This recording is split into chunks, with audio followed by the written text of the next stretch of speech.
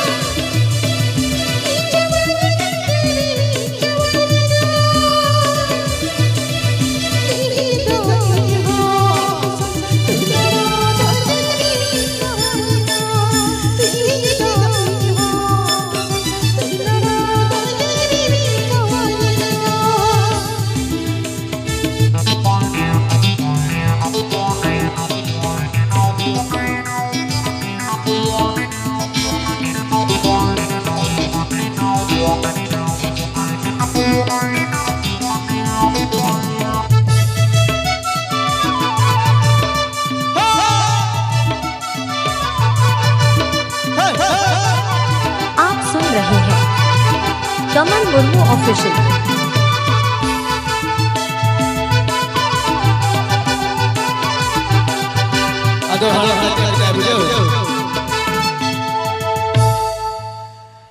जखन बुढ़ी ताय में दस इच्छे वाय दुलेड़ो इच्छे वाय आदो हरा में अड़िस कंते में नंका में अड़िस चबा में दुलेड़ो इच्छे वाय हरा में मीनी का बिती दो जे मोने ते मो पर का बिती दो मोने टालना पेगा में दे दो चुरी ती दो और बोय बड़ी जामा से गिल जुनो चल ठीक है मीनी का बिती दो जे मोने ते मो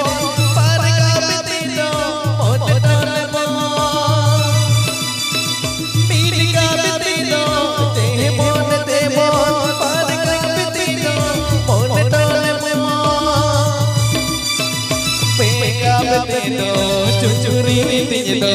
और मैं बड़ी जामा से गिल जुनो पेगा में दो चुचुरी नीति दो और मैं बड़ी जामा से गिल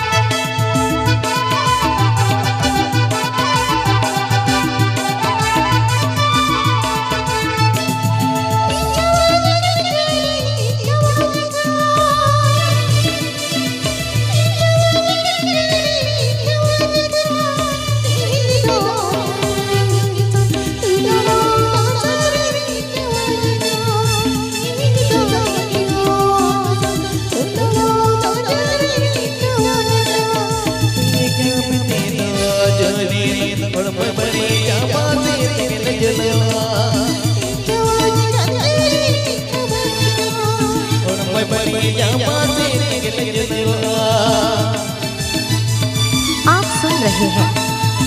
कमल मुर्मू ऑफिशियल।